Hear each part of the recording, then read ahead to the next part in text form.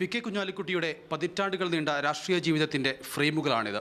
ഇനി ഈ ഫ്രെയിമിലേക്ക് ഒരു പുതിയ ഫ്രെയിം വരാനിരിക്കുന്നു. അത് ഇന്ത്യൻ പാർലമെൻറ്റിൻ്റെ അകത്തു നിന്നുള്ള ഫ്രെയിമാണ്. അത്തരത്തിലുള്ള ഒരു ഫ്രെയിമിലേക്കാണ് പി കെ കുഞ്ഞാലിക്കുട്ടി മാറുന്നത്. വേങ്ങരയിൽ നിന്ന് ഇനി മലപ്പുറം മണ്ഡലത്തിൻ്റെ സ്ഥാനാർത്ഥിയാവുകയാണ്. എങ്ങനെയാണ് വേങ്ങരക്കാരോട് എന്ത് പറയും? വേങ്ങരയും ഇതിനകത്താണ്. വേങ്ങരക്കാരോട് എനിക്ക് പറയാനുള്ളത് ഞാൻ വേങ്ങര തന്നെ ഉണ്ട് എന്നുള്ളതാണ്. കാരണം പാർലമെൻറ്റ് കോൺസ്റ്റിറ്റ്യുവൻസിയിലെ ഒരു കോൺസ്റ്റിറ്റ്യുവൻസിയാണ് അത്. അവിടുത്തെ എല്ലാ കാര്യങ്ങളിലും ഞാനുണ്ടാവും. അതേപോലെ തന്നെ ഈ പാർലമെൻറ്റ് മണ്ഡലത്തിലെ എല്ലാ നിയോജക മണ്ഡലത്തിലും ഞാനുണ്ടാവും. എല്ലാവരോടും എല്ലാം എനിക്ക് പരിചയമുള്ളവരാണ്. കഴിഞ്ഞ കാലങ്ങളിലൊക്കെ കണ്ടിട്ടുള്ളതും അനുഭവിച്ചിട്ടുള്ളതും ആയ മണ്ഡലങ്ങളെ ഇവിടെ ഉള്ളൂ.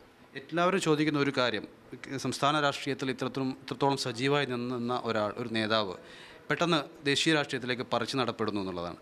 അത് വലിയൊരു വിടവ് സൃഷ്ടിക്കില്ലേ? വിടവൊന്നും സൃഷ്ടിക്കില്ല. കാരണം എന്താണെന്ന് വെച്ച് കഴിഞ്ഞാൽ വിടവുകൾ ഉണ്ടാവാൻ പാടില്ല. കാരണം അത് പ്രകൃതി നിയമമാണ്, ദൈവത്തിൻ്റെ ഓരോ പ്രോസസ്സാണ് അതൊക്കെ. ഇവിടെ എത്രയോ ആളുകളുണ്ട്, അവർ ആ വിടവ് നികത്തിക്കൊള്ളും. പിന്നെ പാർലമെൻറ്റിലേക്ക് പോകുക എന്ന് പറഞ്ഞാൽ സംസ്ഥാനം വിടലല്ലല്ലോ. സംസ്ഥാന രാഷ്ട്രീയത്തിലും വളരെ ശക്തമായി തന്നെ ഉണ്ടാവും. തങ്ങൾ ഇന്ന് അത് നിങ്ങൾ ചോദിച്ചപ്പോൾ എടുത്ത് പറയുകയും ചെയ്തു. ദേശീയ രാഷ്ട്രീയത്തിലേക്ക് പോകാനുള്ള ഒരു തോന്നലുണ്ടായത് എങ്ങനെയാണ്? അല്ല, തോന്നലിൻ്റെ പ്രശ്നമല്ല ഇതിനകത്തുള്ളത്. ഇത് പാർട്ടി തീരുമാനങ്ങളാണ്. അതാണ് തോന്നലിൻ്റെ പ്രശ്നം. തോന്നുമ്പോൾ പോവുക, തോന്നുമ്പോൾ വരിക എന്നുള്ളതല്ല.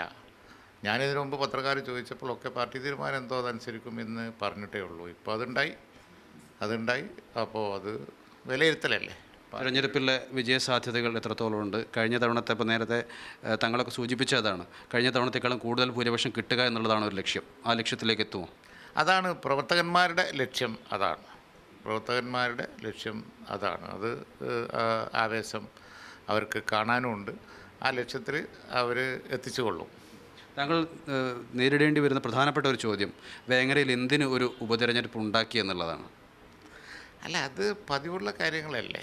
അതിപ്പോൾ ദേശീയ രാഷ്ട്രീയത്തിൽ ഇന്ന് BJP ഇങ്ങനെ കുതിച്ചുകൊണ്ടിരിക്കുമ്പോൾ എളിയ ഏത് സേവനം അങ്ങോട്ട് പറിച്ച് നടേണ്ടതാണ് എന്ന് പാർട്ടിക്ക് തോന്നിയത് കൊണ്ടാണ് അങ്ങനെ ഒരു തീരുമാനം എടുത്തത്. കാരണം ദേശീയ രാഷ്ട്രീയത്തിൽ ഇപ്പോൾ വന്നുകൊണ്ടിരിക്കുന്ന ഈ ഭീഷണി എല്ലാവരെയും ബാധിക്കും, ഇന്ത്യ മുഴുവൻ ആളുകളെ ബാധിക്കും. അതുകൊണ്ട് തന്നെ കേരളത്തിലെ ആളുകളെയും ബാധിക്കും. അപ്പോൾ അരങ്ങത്ത് പ്രവർത്തിക്കണം എന്ന്, ഇപ്പോൾ അതിനാണ് ഇമ്പോർട്ടൻസ് എന്ന് പാർട്ടി കണ്ടു. എപ്പോഴാണ് പ്രചരണം ആരംഭിക്കുന്നതൊക്കെ? ഉടനെ തന്നെ. ഇപ്പോൾ അഹമ്മദ് സാഹിബിൻ്റെ അനുശോചന യോഗമുണ്ട് ഡൽഹിയിൽ. ഇന്ന് തങ്ങളടക്കം ഞങ്ങളെല്ലാവരും അതിന് പോകുന്നുണ്ട്. വന്നു കഴിഞ്ഞാൽ ഉടനെ തുടങ്ങും. ഏതായാലും നല്ല ആത്മവിശ്വാസത്തിലാണ്. ദേശീയ രാഷ്ട്രീയത്തിലേക്ക് പോകുമ്പോൾ തന്നെ സംസ്ഥാന രാഷ്ട്രീയം അദ്ദേഹം വിടുന്നില്ല. അദ്ദേഹത്തിൻ്റെ ഇടപെടലുകൾ സംസ്ഥാന രാഷ്ട്രീയത്തിലും ഉണ്ടാകും. നാളെ ഡൽഹിയിൽ അഹമ്മദ് സാഹിബിൻ്റെ അനുസ്മരണ പരിപാടിയോടുകൂടി അദ്ദേഹത്തിൻ്റെ പ്രചരണ പരിപാടികൾ ആരംഭിക്കുകയാണ്.